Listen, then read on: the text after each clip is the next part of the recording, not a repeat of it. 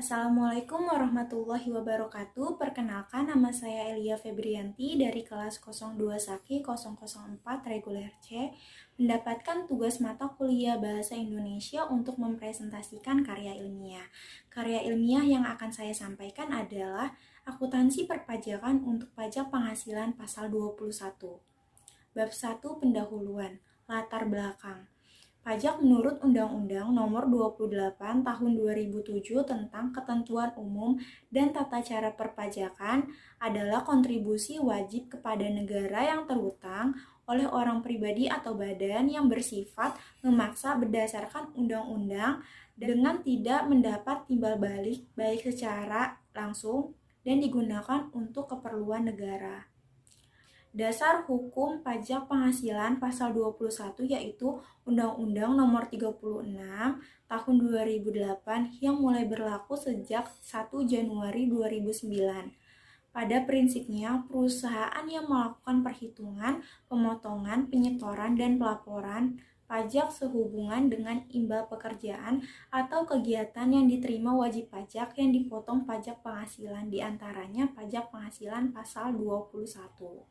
Rumusan masalah, apakah pengertian dari pajak penghasilan dan jurnal pajak penghasilan pasal 21? Tujuannya, mengetahui dan memahami pengertian pajak penghasilan dan jurnal pajak penghasilan pasal 21. Bab 2 Pembahasan. Pengertian pajak penghasilan. Menurut Undang-Undang Nomor 36 Tahun 2008, pajak penghasilan adalah setiap tambahan kemampuan ekonomis yang diterima atau diperoleh wajib pajak, baik yang berasal dari Indonesia maupun dari luar Indonesia, yang dipakai untuk konsumsi atau untuk menambah kekayaan wajib pajak yang bersangkutan dengan nama dan dalam bentuk apapun. Selanjutnya ada objek pajak penghasilan. Bentuk objek pajak penghasilan antara lain sebagai berikut. A. Hadiah dari undian, penghargaan. B. Imbalan. C. Laba usaha. D. Biaya sewa. E. Dividen. F. Royalti. Kemudian ada bukan objek pajak penghasilan. Yang dikecualikan dari objek pajak penghasilan adalah A. Bantuan atau sumbangan. B. Harta hibahan. C. Warisan. Kemudian ada besarnya tarif pajak penghasilan.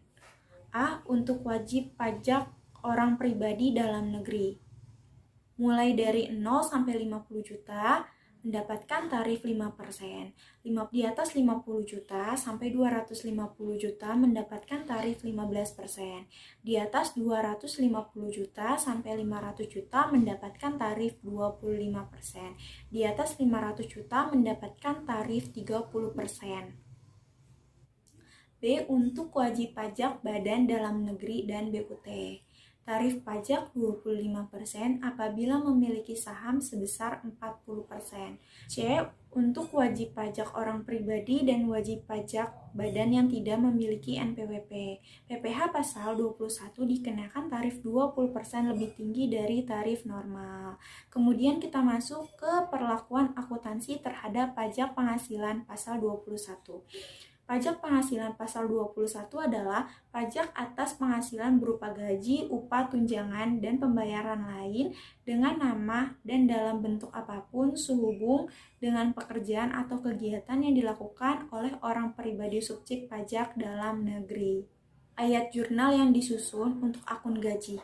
Yang pertama, pada saat pemotongan pajak atas pembayaran gaji tiap bulan. Di sini ada akun biaya gaji masuk debit, iuran pensiun terutang masuk kredit, PPh pasal 21 terutang masuk kredit, kas dan bank masuk kredit.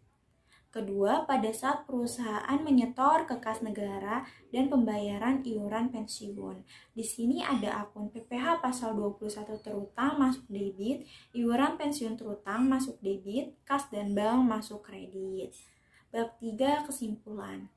Pajak penghasilan adalah setiap tambahan kemampuan ekonomis yang diterima atau diperoleh wajib pajak, baik yang berasal dari Indonesia maupun dari luar Indonesia dengan nama dan dalam bentuk apapun.